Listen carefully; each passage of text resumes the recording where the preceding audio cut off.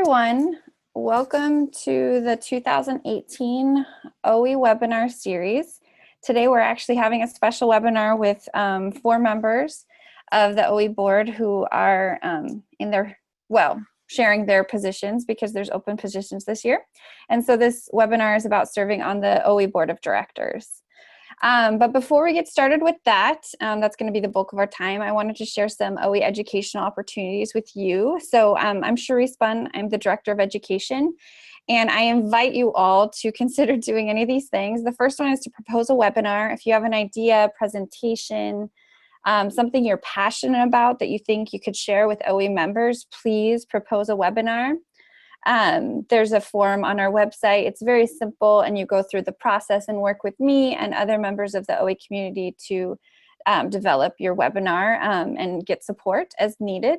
I also encourage you to consider writing for OWHE. We have an OWHE blog, and it's a great opportunity to, again, write a feature about your interests, passions, the top 10 things that have made you an effective leader, an effective person, impact your work, all those sort of things.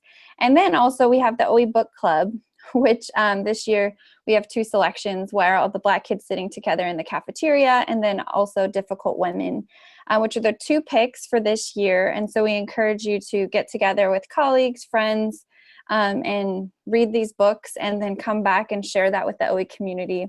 We have a Facebook group that has a lot of different people sharing on it. So just please, it's a way to increase your engagement. Also wanted to tell you we have a few upcoming webinars. So in April, we have one set for practicing what we preach, supporting ourselves while supporting students with Janet Clay. On May 17th, we have a webinar about onboarding engagement from day 1 with Brenna Cooch. And then in August, we have From Difficult to Developmental, Reframing Hard Conversations as Growth Opportunities with Stephanie Hefner. So we also will have more webinars planned, but this is a start. Registration is already up, so please feel free to register, share them with your colleagues and departments, all that sort of stuff. With that, I actually am going to hand it over to Chrysanthemum Hayes, who will share with you about serving on the OWHE board. Great, thank you so much. Can everybody hear me? I have seen the chat box if people can hear me.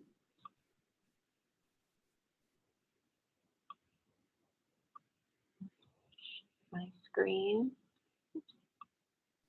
and present. All right, everybody. So like Cherise said, hi, my name is Chrysanthemum Hayes. I'm the chair of OWHE board. And today we're just going to give an overview of the open positions, but mostly leave time for you all to ask questions of us and answer whatever may come up. So we're really excited to have you here and looking forward to getting to share a little bit more of the behind the scenes of what it is that we do and help you out if you are interested in any of those. So today's plan, we're going to briefly go through the history of OWHE and talk a little bit about the board highlights, things that we did last year that we're proud of or that we think would be important for potential prospective board members to know about in terms of highlights. And then we'll just go into each of the 4 open positions and leave the rest of time for questions. So to start us off, our current OWHE board, OWHE board, myself, chair of the board, the 4 positions that have little green stars next to them are the ones that are open for open positions this year. The chair of the board is a 3-year position, and the other 3 are 2-year positions. Jessica Chi is our Director of Operations, and she'll be continuing in that capacity next year. Leah Grice is the Director of Annual Conference, and she'll also be continuing, although there'll be a new co-director for that position as well. Annie Popoff is our Director of Engagement. Cherise Bunn, who gave us this great introduction, is the Director of Education, and Alexis Terrell is the Director of Marketing, Records, and Outreach. So a quick overview of OWHE. Sometimes people don't know how long OWHE has been around, and in the late 70s, Joanne Johnson Troe, who was a vice president at Oregon State University, and Donna Savlik, who is part of the American Council on Education's Women's Network, got together and spoke about how important it would be to have an organization that supported the professional advancement and leadership development for women in higher education. Specifically, the ACE Women's Network is a group that we're affiliated with, but the Oregon Women in Higher Education branch of that is something that really got founded in 1980 as part of that network. A year later, we held our first formal conference. And as far as I know and our records indicate, we have had an Oregon Women in Higher Education conference every year since. And so we existed mostly as a conference-only organization for a long time. Our annual conference was held most frequently at the Governor's Hotel in Portland. Then what happened is there was a board of directors established. So rather than being a committee structure, a board of directors formalized and expanded OWHE as a professional organization and started to rethink what it was that people would get at the conference, who the core population that would be served by the conference would be. And so between 2010 and last year, the annual conference was held at rotating locations. For a while, it was held at universities. And then really the last 4 years, we've shifted away from housing it at institutions and increasing more of the retreat and go away to another part of the state to reconnect and recharge with your colleagues. So we've updated our mission, vision, and values this last year, reconnected with the ACE Women Network, and also expanded our programs. And that's a little bit of what I'll talk about next. But as you can see, we had quite a long history, even though we've had some changes throughout, especially in the last few years. We've really started to strengthen and expand what it is that Oregon Women in Higher Ed does, who it represents, and the impact that we're trying to have in our community. So over the last year, we have been living and working with our new vision and mission. And this was a product of the summer retreat that the current board undertook in June of 2017.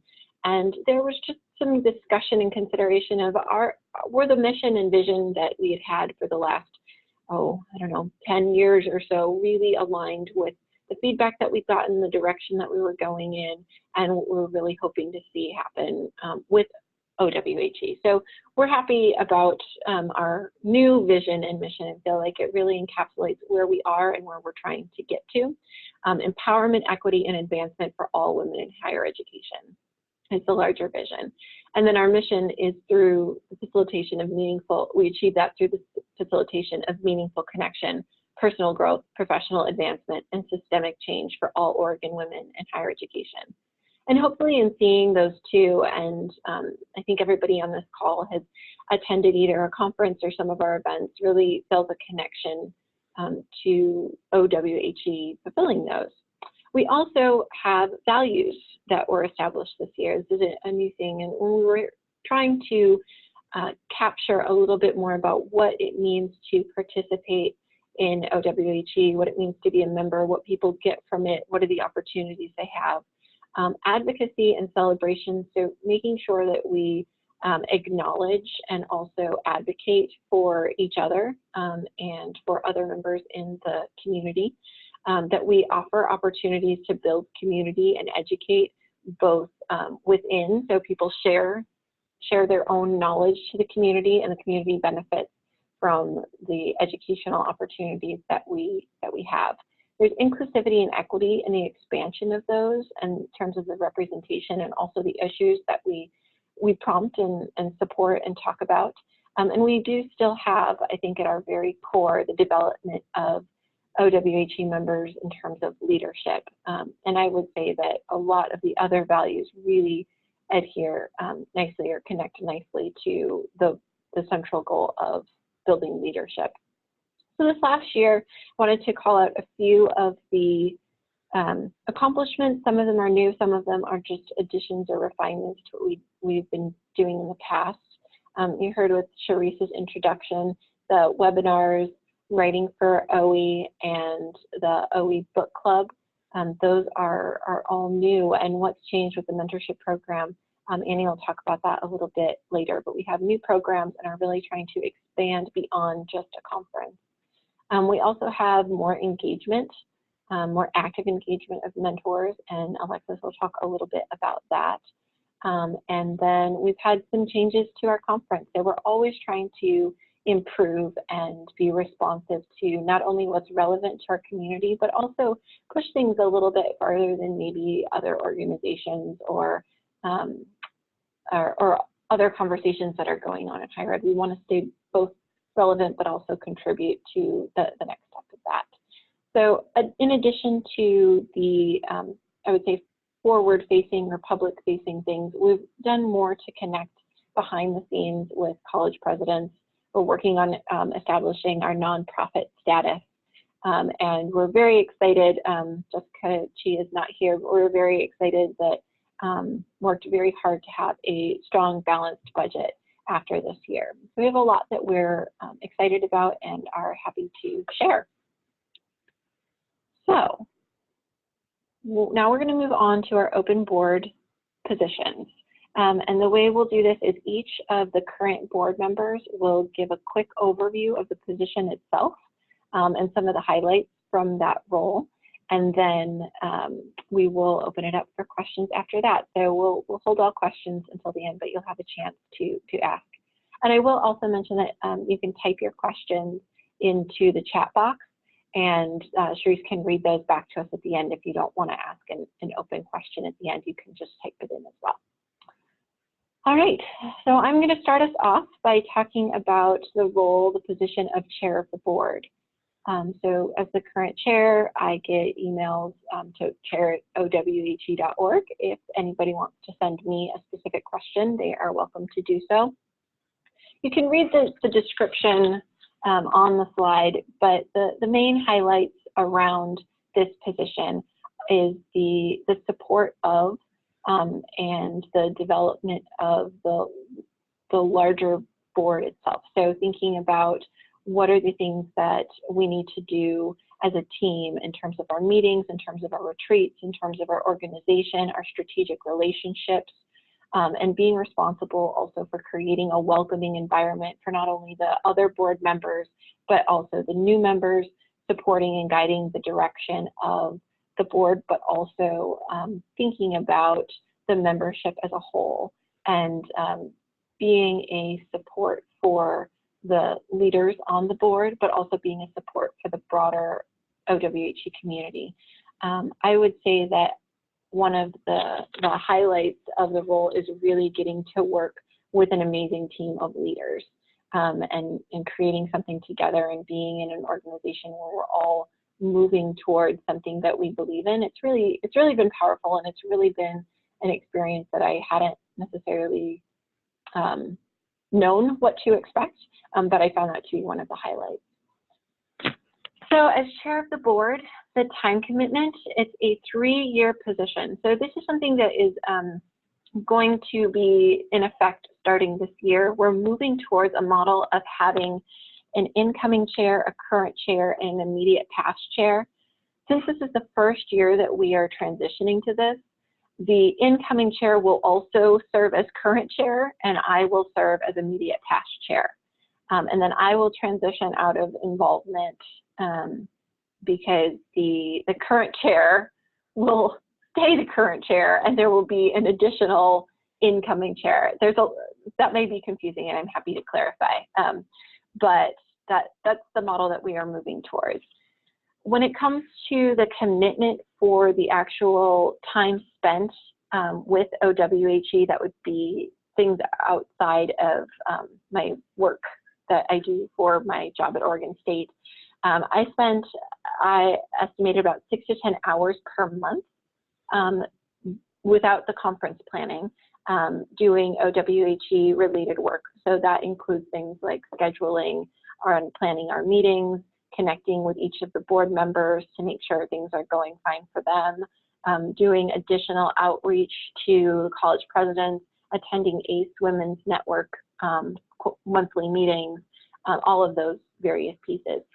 There was a bit more time investment during the conference planning month because I chaired 3 of the committees for that, and so there's time that was spent in addition to the 6 to 10 hours. But I think that would really be up to the next chair to determine the role in terms of the conference. If I were to summarize the points of pride for this year, I'm really excited about our new vision, mission, and values, and its contribution to helping to formalize our organization.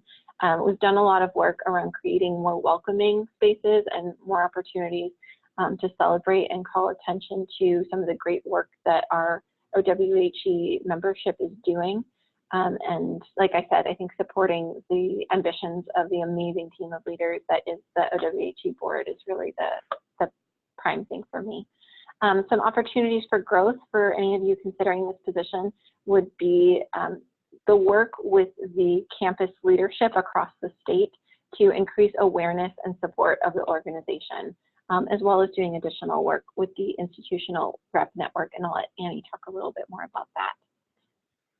So that's the summary for Chair of the Board, and we'll move on to Director of Marketing, Records, and Outreach now. So I'll turn it over to Alexis Terrell and put myself on mute. Awesome. Thanks, Mom. I'm Alexis, and I've got a very long title, and that sort of stems from the fact that it used to be 3 different positions, but now some of those responsibilities have changed and shifted, so where it is actually more manageable than maybe it used to be.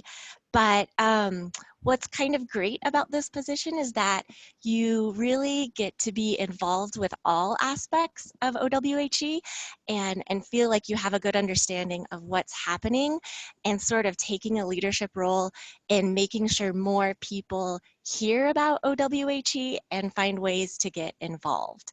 So there's definitely a logistical component because a lot of my job is checking our main email page and responding to those emails, making sure the website is updated and sort of promoting any events we have or other campaigns that we want to highlight. For instance, our new vision, mission, and values this year.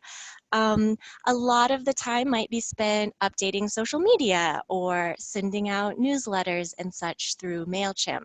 So it's an opportunity to be sort of very much attentive to the details, but also there's a lot of opportunity to be creative and create or design things, whether it's infographics or you want to work on a logo or something.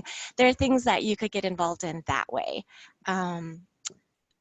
Yeah, so let's go on to the next slide. And so it is a 2-year position, and for most of the year, it's no more than an hour. I want to say maybe it's 2 hours if we have a meeting that week, just sort of the regular checking in of making sure emails are up to date and website and social media.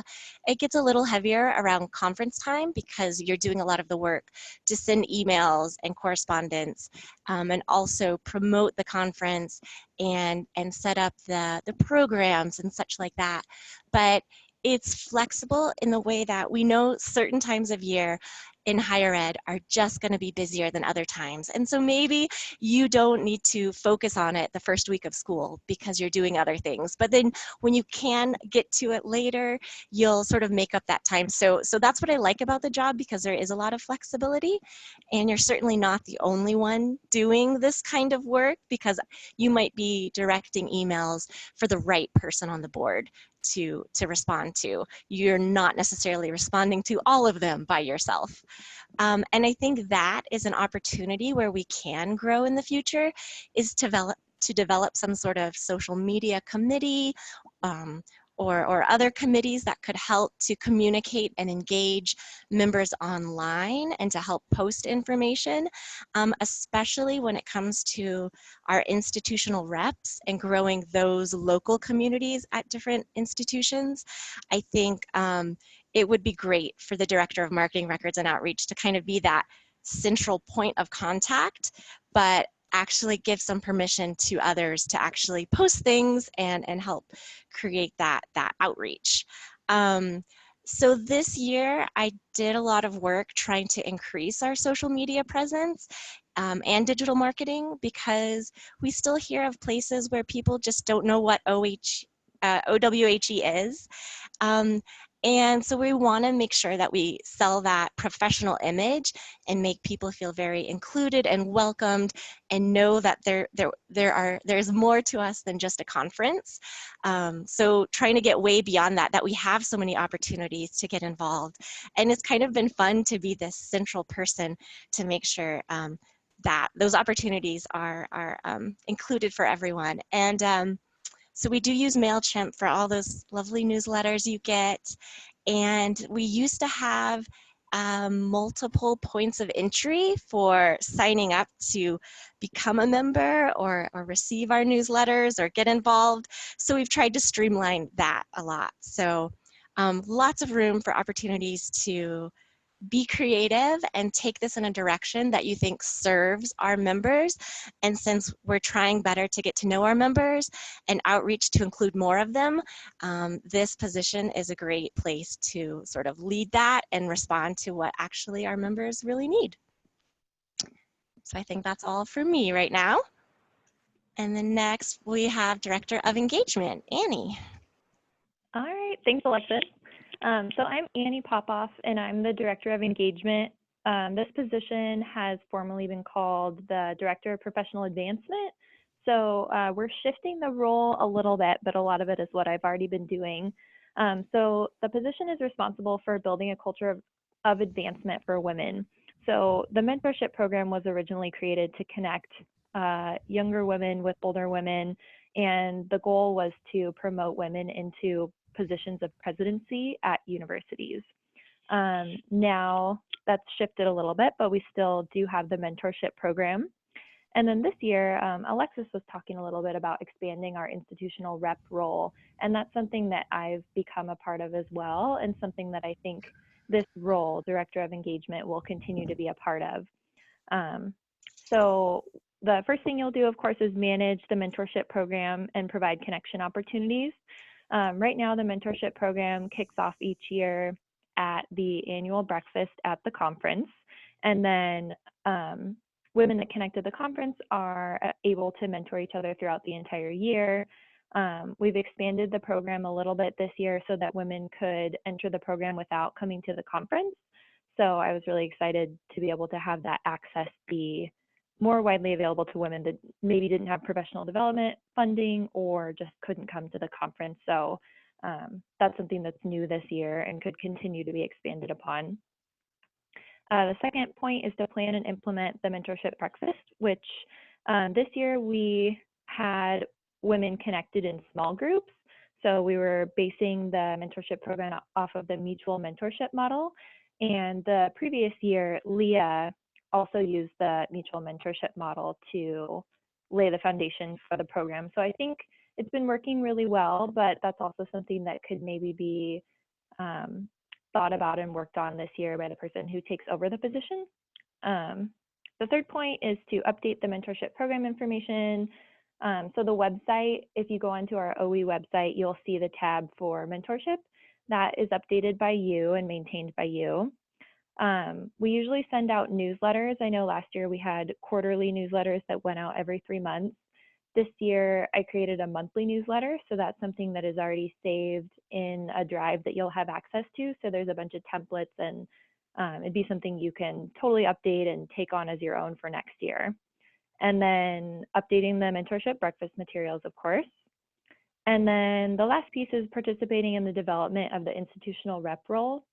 And the way that looks right now, the chair, Mum, has been working with me a lot, along with Alexis, to just do a lot more outreach and invite people to be a representative for OWHE on their campus. And that looks different for each campus. So I know at Portland State, for example, they have their own OWHE chapter, and they meet and sometimes watch webinars together or do other activities together. So that's just one example of what an IR or a few IRs could do on their campus, but this is really new.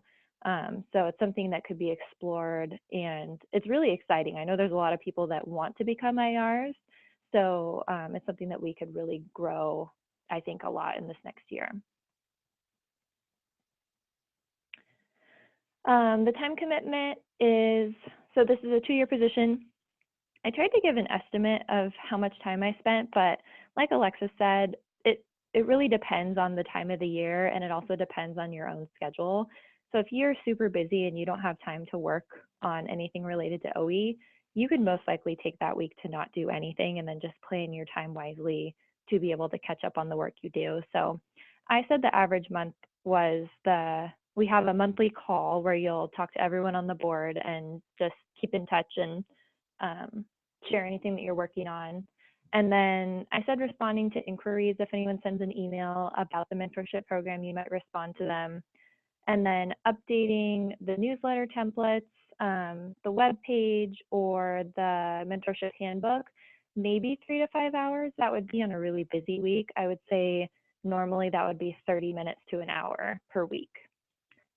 July through September, right after we have our summer board meeting, you may be a little bit busier just because I think the excitement of planning for the whole year and thinking about what you want to implement.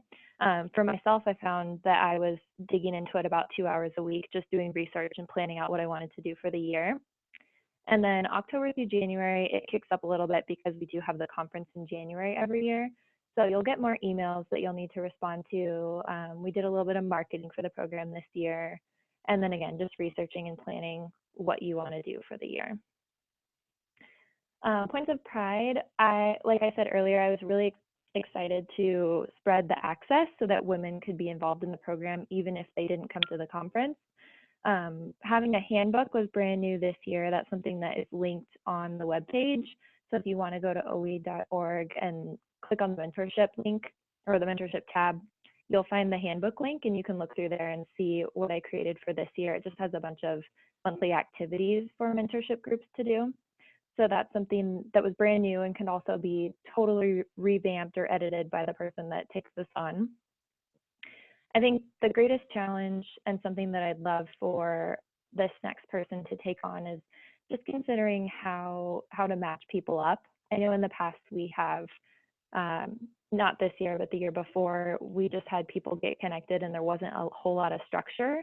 It was more on the mentees' plate to go and find people to mentor with. This year we tried to do matching, and it's always hard to know who's going to show up or if people will drop out last minute. So just getting people connected and having structure while also making it flexible is the biggest point I can think of for growth moving forward. And I think that's it. I will open it up to Leah to talk about the new co-director position for the annual conference. Perfect. Thanks, Annie. So I'm Leah Grice, and I am currently the conference director, director of annual conference. So when I was envisioning moving forward, I was really successful in this role because I had the previous conference director on the board still. So Jessica Chi was the conference director before me, and she's now in the business operations role. So that was super advantageous for being able to have her on the board and be able to answer questions and troubleshoot things as they came up.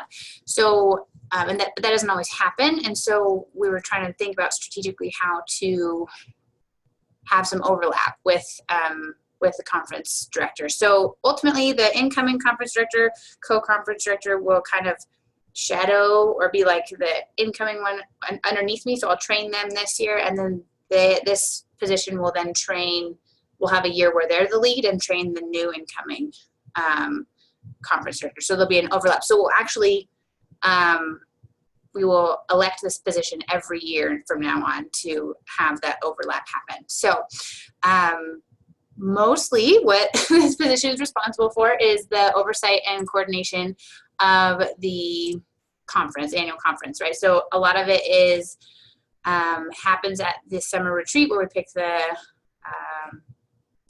the theme, and then also kind of strategize about who's leading what portion of the committees and recruiting folks over the summer for that. So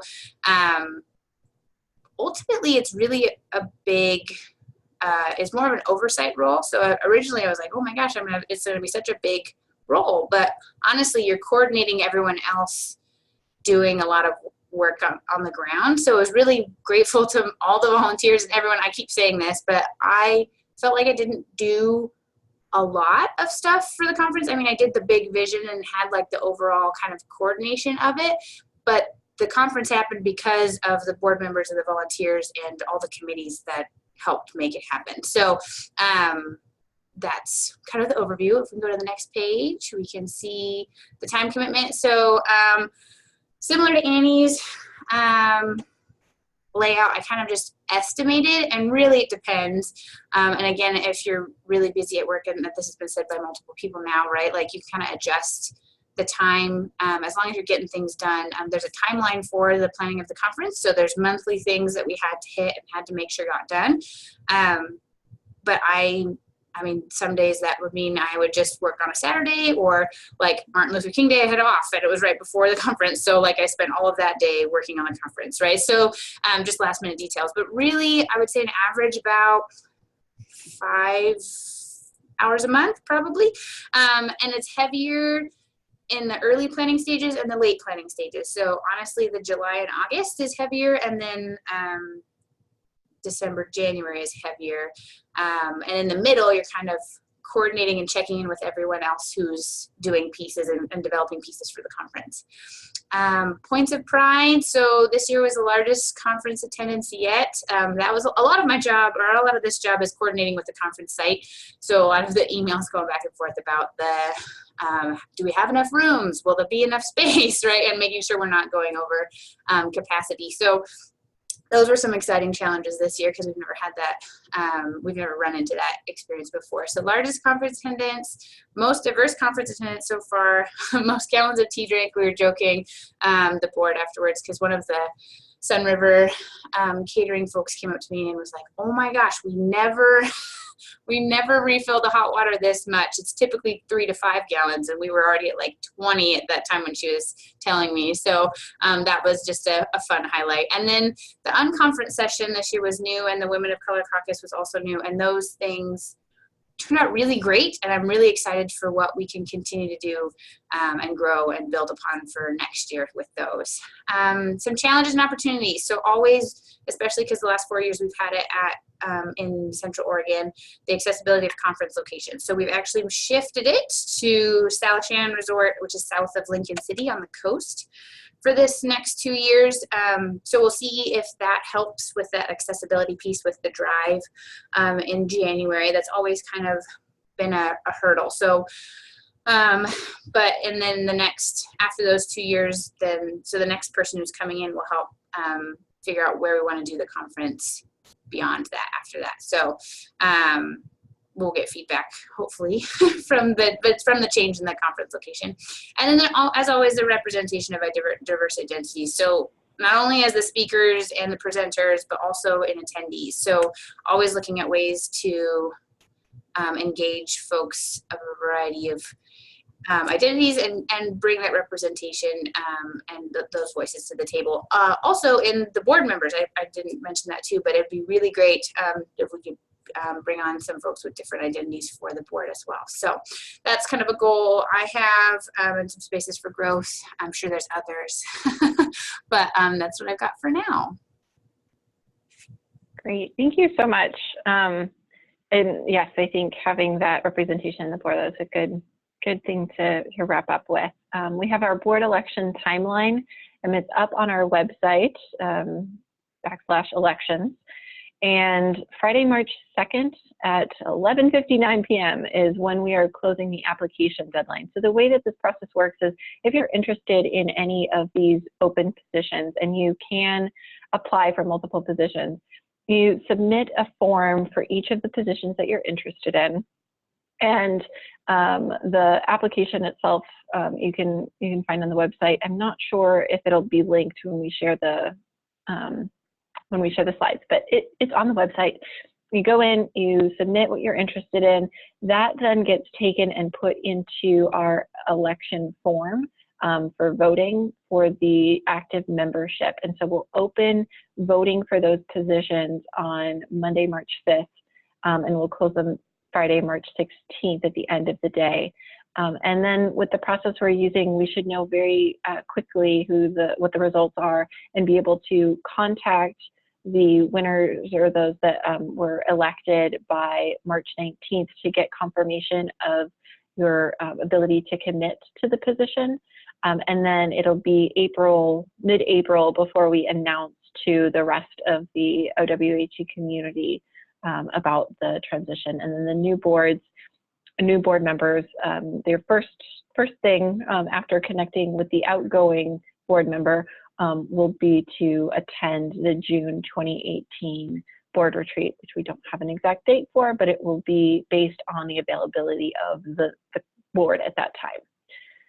So with that, let's open it up for questions. I don't know, Charisse, were there any that came through? There aren't any questions that haven't been answered yet. Okay. People can. So we'll just type in. go ahead and open it up.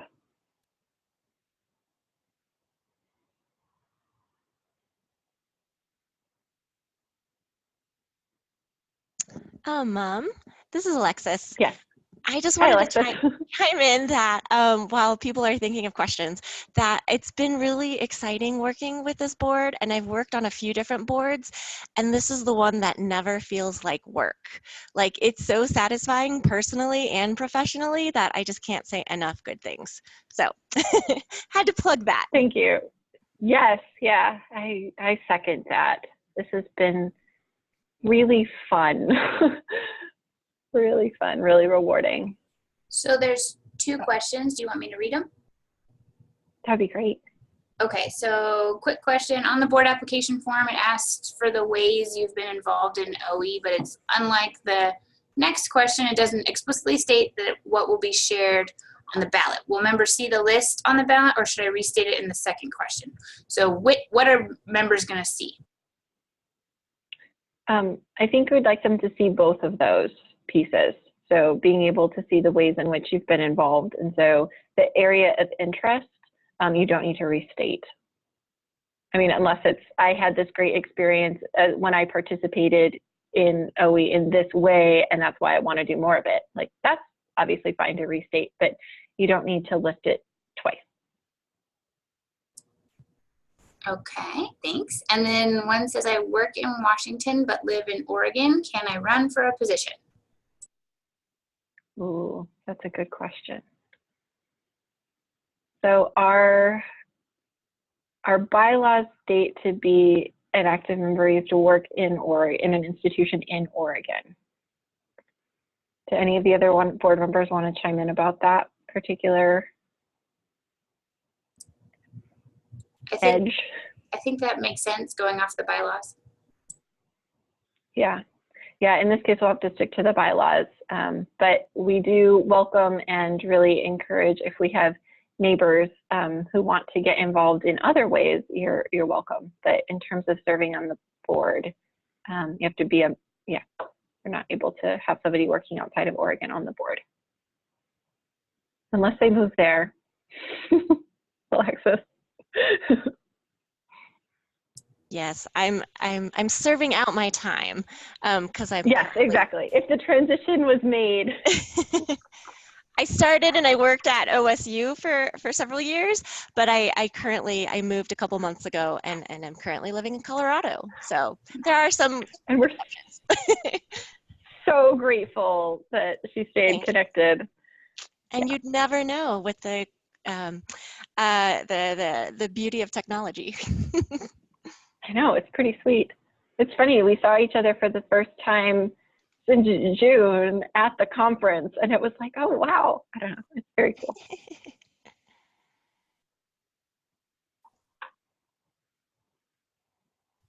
Okay, here's another question. Do you recommend applying for more than one position, or is it better to focus energy on one you are most interested in?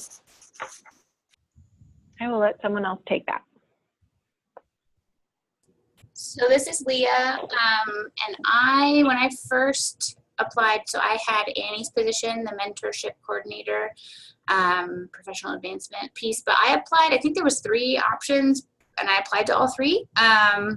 I only got one, but I don't see the harm in applying for multiple.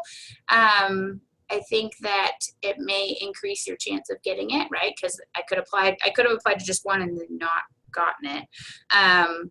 So I would say it doesn't hurt. I don't think it looks bad, I guess. I think that it does take more effort and energy, and I think the one that you're most interested in shows through the ballot. So it shows what you write. Like, people can tell what you're most interested in and what the best fit might be.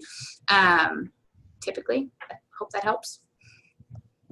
Yeah, I think I would also say go ahead and apply for all that you're interested in.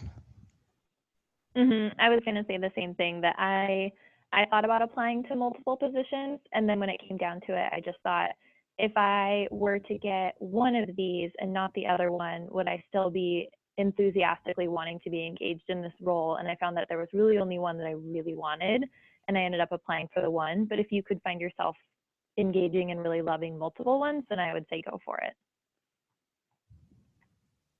Great advice. Yes, good job.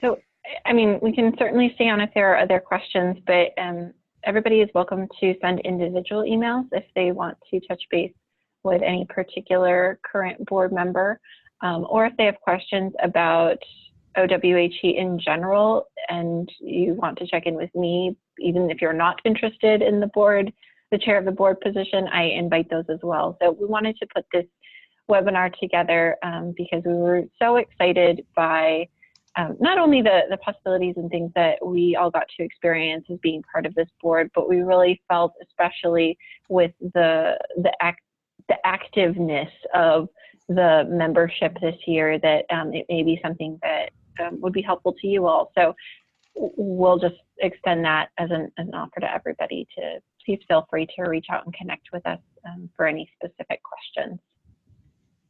Awesome. Thank you so much, Mom and Annie and Leah and Alexis. This webinar, just so you know, has been recorded and will be available to all of you. So I'll send out the recording within the next few days. And you can also share it with anyone you think might be interested. So thank you all so much.